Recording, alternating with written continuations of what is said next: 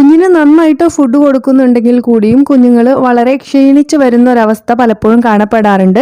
Food കൊടുക്കുന്ന സമയത്ത് ചില കാര്യങ്ങളിൽ ഒരു ചെറിയ ശ്രദ്ധ വെച്ചാൽ തന്നെ നമുക്ക് വളരെ പെട്ടെന്ന് ഈ ഒരു സിറ്റുവേഷന് മാറ്റമുണ്ടാക്കാൻ സാധിക്കും. ഫുഡ് കൊടുക്കുന്ന സമയത്ത് മിക്കവാറും അമ്മമാർ ഫോളോ ചെയ്യുന്ന തെറ്റായ രീതികൾ എന്തൊക്കെയാണ് എന്നുള്ളത് അറിഞ്ഞു വെക്കുന്നത് നമ്മുടെ കുഞ്ഞിന് പെട്ടെന്ന് തന്നെ ഹെൽത്തി വെയിറ്റ് ഗെയിൻ ഉണ്ടാക്കുന്നതിന് നമ്മൾ ഒരുപാട് ഹെൽപ്പ് ചെയ്യും. ആദ്യത്തെ 6 മാസം കുഞ്ഞിന്റെ ഫിസിക്കൽ ഡെവലപ്മെന്റിനും ബ്രെയിൻ ഡെവലപ്മെന്റിനും ആവശ്യമായിട്ടുള്ള എല്ലാ ന്യൂട്രിയൻസും നമുക്ക് ബ്രസ്റ്റ് മിൽക്കിലൂടെ മാത്രം തന്നെ കുഞ്ഞിന് ലഭിക്കുന്നുണ്ട് എന്നുള്ളത് കൺഫേം ചെയ്യാൻ സാധിക്കും. പക്ഷെ 6 മാസം കഴിഞ്ഞ് നമ്മൾ കുഞ്ഞിന് ഫുഡ് കൊടുത്തു തുടങ്ങുന്ന സമയത്ത് ന്യൂട്രീഷ്യസ് ആയിട്ടുള്ള ഫുഡ് ഐറ്റംസ് അല്ല കുഞ്ഞിന് കൊടുക്കുന്നത് എന്നുണ്ടെങ്കിൽ ഇതിൽ കാര്യമായിട്ടുള്ള കുറവ് സംഭവിക്കുകയും കുഞ്ഞിന്റെ ഡെവലപ്മെന്റ്സിന് അതിനനുസരിച്ചുള്ള ചേഞ്ചസ് ഉണ്ടാവുകയും ചെയ്യുന്നതായിട്ട് കാണാം. അതുവരെ കുഞ്ഞിനുണ്ടായിരുന്ന ഒരു എനർജിക് ലെവല് കുറയുകയും കുഞ്ഞ് പതിയെ പതിയെ ക്ഷീണിച്ച് വരുന്നതും മെലിഞ്ഞു വരുന്നതും ഒക്കെ ആയിട്ട് നമുക്ക് പലപ്പോഴും അനുഭവപ്പെടാറുണ്ട്. പ്രത്യേകിച്ച് കുഞ്ഞുങ്ങൾക്ക് ഒരു 8-9 മാസം പ്രായമാകുന്ന സമയത്ത് ഹൈലി ന്യൂട്രീഷ്യസ് ആയിട്ടുള്ള കൂടുതൽ പ്രോട്ടീൻ റിച്ച് ആയിട്ടുള്ള ഫുഡല്ല കുഞ്ഞുങ്ങൾക്ക് കൊടുക്കുന്നത് എന്നുണ്ടെങ്കിൽ കുഞ്ഞുങ്ങൾ പതിയെ പതിയെ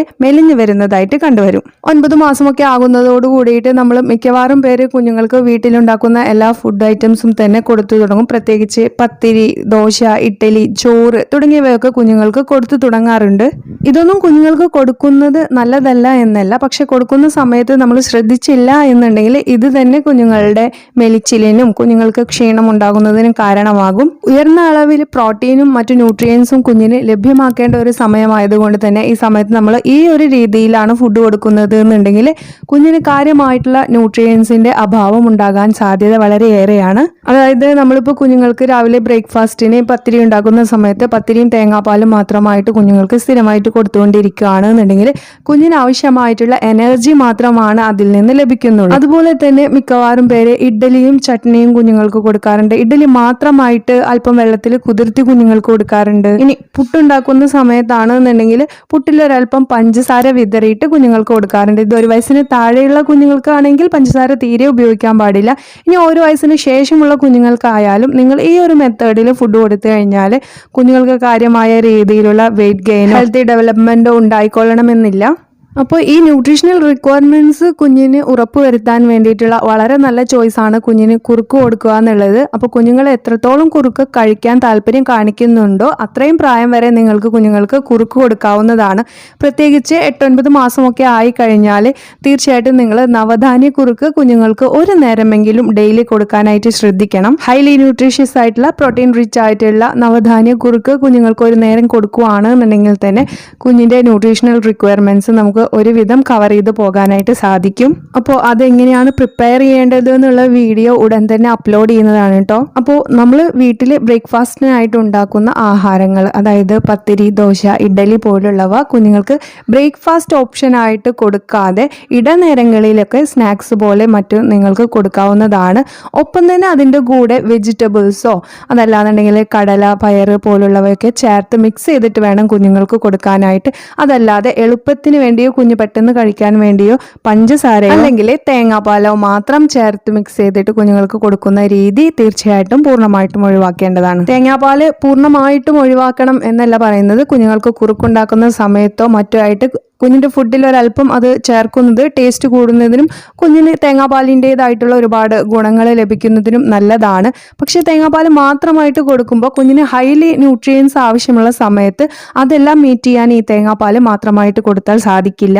മാത്രമല്ല കൂടുതലായിട്ട് തേങ്ങാപ്പാൽ കുഞ്ഞിൻ്റെ വയറ്റിലേക്ക് ചെന്ന് കഴിഞ്ഞാൽ പെട്ടെന്ന് തന്നെ കുഞ്ഞിൻ്റെ വയറ് ഫുൾ ആയതുപോലുള്ള ഒരു ഫീലിംഗ് ഉണ്ടാവുകയും കുഞ്ഞ് മറ്റു ഭക്ഷണങ്ങൾ കഴിക്കാനായിട്ട് താല്പര്യം കാണിക്കാതിരിക്കുകയും ചെയ്യാം. കുഞ്ഞുങ്ങളുടെ ബ്രെയിൻ ഡെവലപ്മെന്റ് ബൂസ്റ്റ് ചെയ്യുന്നതിനും അവരുടെ ഫിസിക്കൽ ഡെവലപ്മെന്റ് ബൂസ്റ്റ് ചെയ്യുന്നതിനും ചെറിയ പ്രായത്തിൽ ഒരു 9 മാസമൊക്കെ ആയിക്കഴിഞ്ഞാൽ സ്ഥിരമായിട്ട് കുഞ്ഞുങ്ങൾക്ക് നട്ട്സ് പൗഡർ ഒരല്പം ഡെയിലി കുഞ്ഞുങ്ങളുടെ ഫുഡിൽ ഉൾപ്പെടുത്താൻ ശ്രദ്ധിക്കണം. നട്ട്സ് പൗഡർ റെസിപ്പി എങ്ങനെയാണ് പ്രിപ്പയർ ചെയ്യേണ്ടത് എന്നുള്ള വീഡിയോ നമ്മൾ ഓൾറെഡി ചെയ്തിട്ടുണ്ട്. അപ്പോൾ ആ വീഡിയോ കണ്ടിട്ട് നിങ്ങൾ അങ്ങനെ പ്രിപ്പയർ ചെയ്ത് വെക്കുകയാണെന്നുണ്ടെങ്കിൽ നമുക്ക് ഡെയിലി കുഞ്ഞുങ്ങളുടെ കുറുക്കിലായിട്ടും ഫുഡിലായിട്ടും പാല് കൊടുക്കുകയാണെങ്കിൽ പാലിലൊക്കെ ചേർത്തിട്ട് കുഞ്ഞുങ്ങൾക്ക് കൊടുക്കാം.